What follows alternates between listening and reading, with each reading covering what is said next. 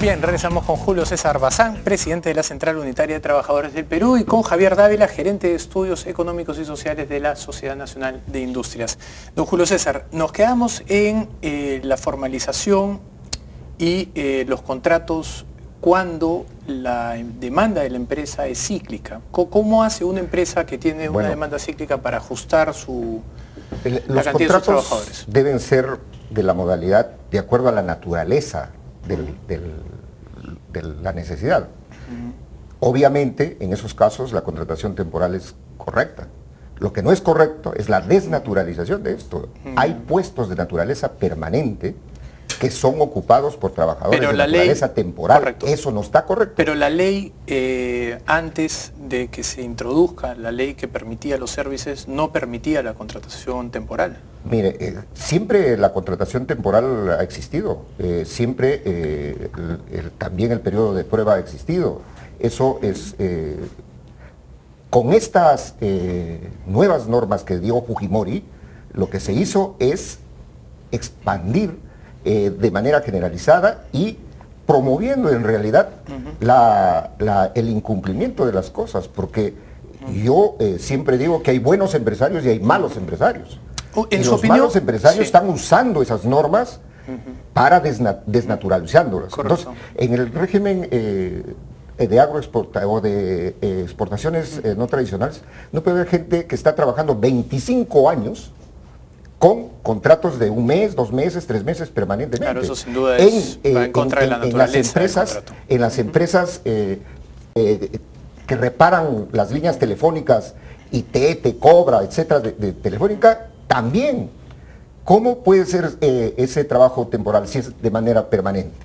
Entonces, ese tipo de cosas son las que nosotros cuestionamos. En su opinión y la de su organización, ¿la legislación laboral para ustedes es extremadamente flexible, es rígida, es medianamente rígida? ¿Cómo la catalogarían ustedes? Nosotros lo que señalamos es que es injusta, porque primero, en realidad no se respeta un derecho fundamental, que es la libertad de organización. Con los contratos temporales, prácticamente impiden ese derecho humano de libertad de organizarse y de negociar condiciones adecuadas de trabajo. En el agroexportación se dice, lo único que falta ahí es la temporalidad. Justamente por ese derecho es que, o por ese tema, es que no pueden ejercer el derecho de poder definir mediante el diálogo en función de la capacidad económica de la empresa, las condiciones económicas y de trabajo que deben regir en una empresa. Javier, la Sociedad Nacional de Industrias acaba de hacer una propuesta para modificar la legislación laboral. Cuéntanos un poco cuál es la idea, cuáles son los conceptos básicos. Sí, y va en el sentido de lo que hablaba hace un rato, de las necesidades que tienen las empresas. No, o sea, ahora cada vez se hace mucho más rígido el tema del despido, por ejemplo, ¿no? Y se hace rígido en el sentido de que las empresas pueden estar comenzando a tener falencias económicas, ¿no? Y no pueden desprenderse lamentablemente de personal, ¿no? ¿Por qué? Porque sencillamente las empresas, ya hay casuística importante, empresas muy grandes en el pasado que no pudieron hacer ajustes laborales para permitir su viabilidad, terminaron quebradas y al final se fueron 8.000 personas a la calle, junto con la quiebra de los empresarios. Entonces todos terminan perdiendo. El sector plástico, el sector textil, el sector, hubo una gran empresa distribuidora importantísima que tenía 8.000 personas, y cuando se le planteó un plan de reestructuración con financiamiento bancario, sencillamente no se aceptó. El sindicato no lo quiso aceptar y al final el resultado fue, en vez de reducir 2.000 personas, se fueron 8.000.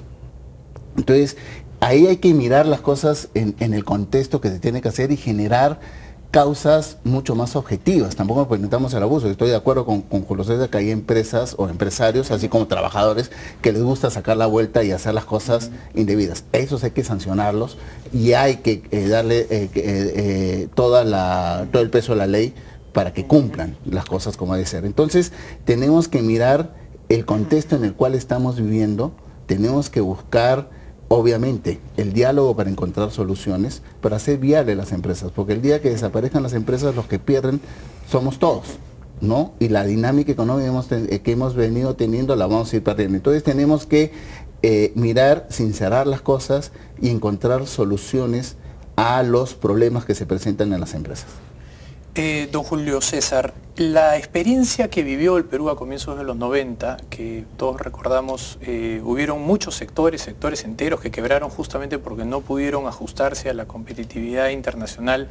Y lo que está ocurriendo el día de hoy en Europa, a diferencia de Estados Unidos, donde hay una legislación laboral más flexible, Europa tiene una legislación laboral muy parecida a la nuestra, un poco más rígida, y justamente no se pueden ajustar y no pueden lograr competitividad. De alguna manera no dan una señal de las ventajas dentro de todo de la flexibilización, en el sentido de que las empresas pueden contratar y despedir, y de alguna manera, conforme se pueden ir ajustando los ciclos, los mercados laborales son más dinámicos. Bueno, en primer lugar quisiera precisar que yo no he visto en ninguna parte que estén queriendo encarecer o rigidizar el despido. No sé, no he visto ninguna propuesta al respecto. Lo que hay es una ley general de trabajo que está discutida y que está estancada en el Congreso y que debería señalarse.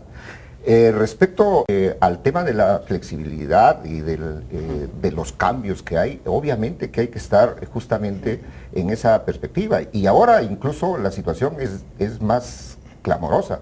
A nivel mundial ya el mundo del trabajo tiene que enfrentar otros retos. El tema demográfico, el tema del calentamiento global, del respeto que se debe tener al medio ambiente, de la falta de gobernanza. Y de la automatización, ¿no? Entonces, el humano está cada vez más siendo dejado por máquinas. Esas cosas las tenemos que enfrentar precisamente mediante el diálogo y mirando una perspectiva. Nosotros por eso desde la Central Unitaria hemos planteado que se cumpla con constituir el Consejo Económico y Social, para que ahí podamos determinar las cosas y que se hagan políticas de trabajo decentes. Ahí, por ejemplo, algo que los economistas siempre analizamos es la relación que hay entre educación y legislación laboral, porque donde la legislación laboral es muy rígida y los trabajadores se educan en un ambiente con una calidad educativa muy baja, evidentemente son desplazados rápidamente por las máquinas.